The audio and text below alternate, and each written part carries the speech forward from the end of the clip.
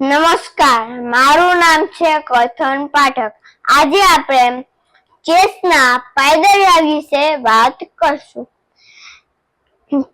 તો આપણે ચેસના પાયદળિયાને કેમ ગોઠવવી એ આપણે જોશું. વ્હાઇટના પાયદળિયાને બે ની લાઈનમાં રાખવા જોઈએ.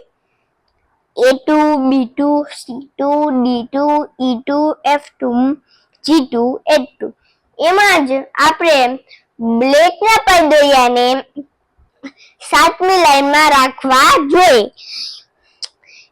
A7, B7, C7, D7, E7, F7, G7, H7.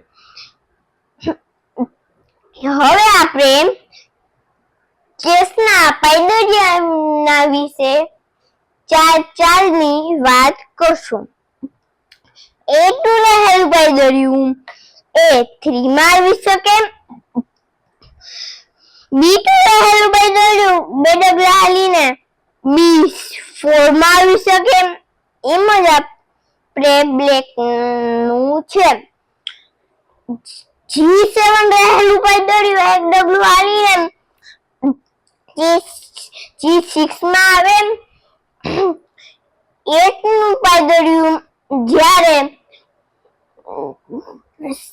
H7 માં હશે ત્યારે બે ડગલા હાલીને H5 માં આવી શકશે.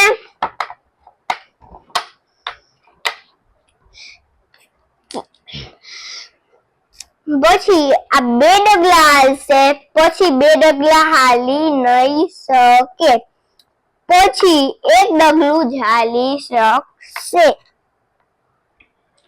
બ્લેક નું જ્યારે A7 માં છે ત્યારે જ બે ડગલા હાલી શકશે, પછી બે ડગલા હાલી નહીં શકે.